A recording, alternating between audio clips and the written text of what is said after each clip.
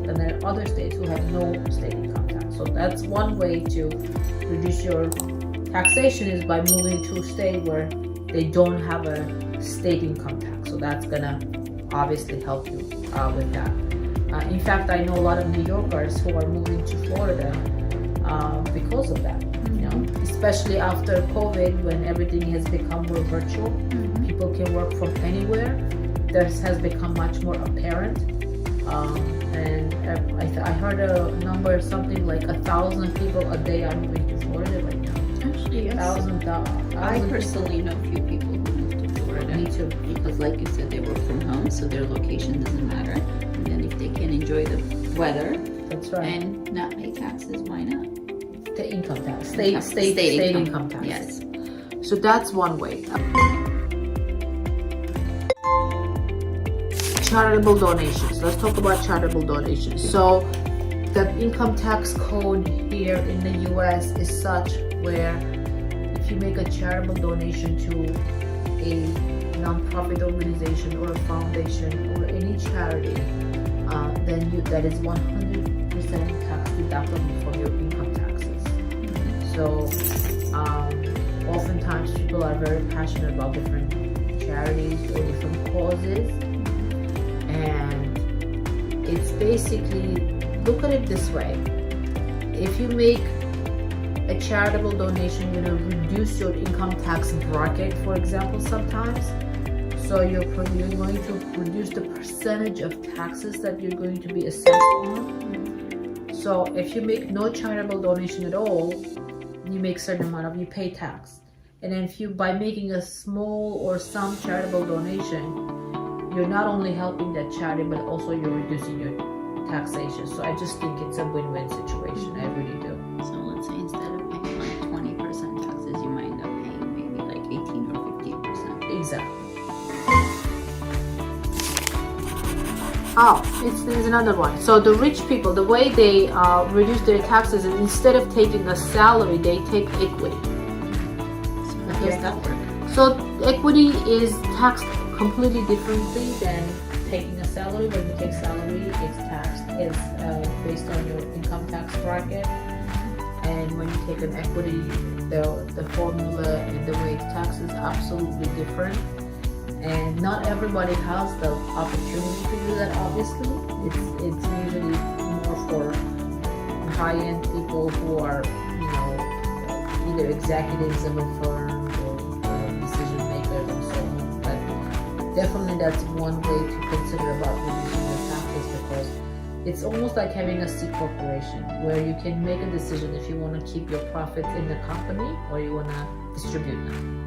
So it gives you like more of a... So that means like if, let's say you're a CEO or some kind of an executive, instead of taking your full salary, you choose to invest in your own company, that will be like equity. No, if you are a, let's say you're working for a public corporation or a public company, and instead of taking salary of, I don't know, $500,000, you take stock options. Next way to think about avoiding your taxes, or not avoiding it, but reducing it, to become a nomad.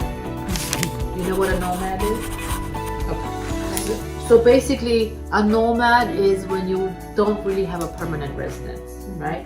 And the numbers of nomads are growing actually, and the reality is I would love to be a nomad. If I didn't have young kids, I would definitely be a nomad, which means you spend 3 months in, I don't know, Alaska. No, why Alaska? Well, Alaska is beautiful, but let's just say we spend 3 months in the Caribbean, and then we spend 3 months in Europe, and then we spend 3 months in some other destination. So we just constantly are moving. So we don't have a permanent residency status in one place.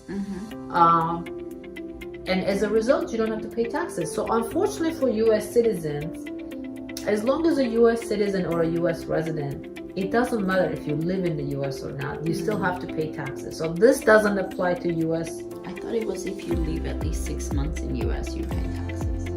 Or You always have to file a US income tax return, and there is a cap I believe last time I checked, it was 140,000. If you're making less than 100 or so thousand a year, then you don't have to pay taxes to the U.S. government. If you're making more than you do, but everyone has to file a tax return. Whether you earn the income here in the U.S. or not doesn't matter. If you're a U.S. citizen or a U.S.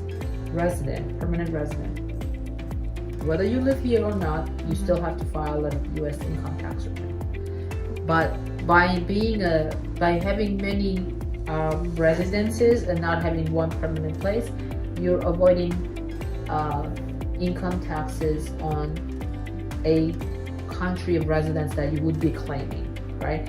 And there are many countries who don't have non-resident income tax, meaning, for example, Georgia has this, their tax law is very favorable to people who are outsiders, because you can live in Georgia full time, but as long as you're not making the money in Georgia, then you don't have to pay tax to the government of Georgia.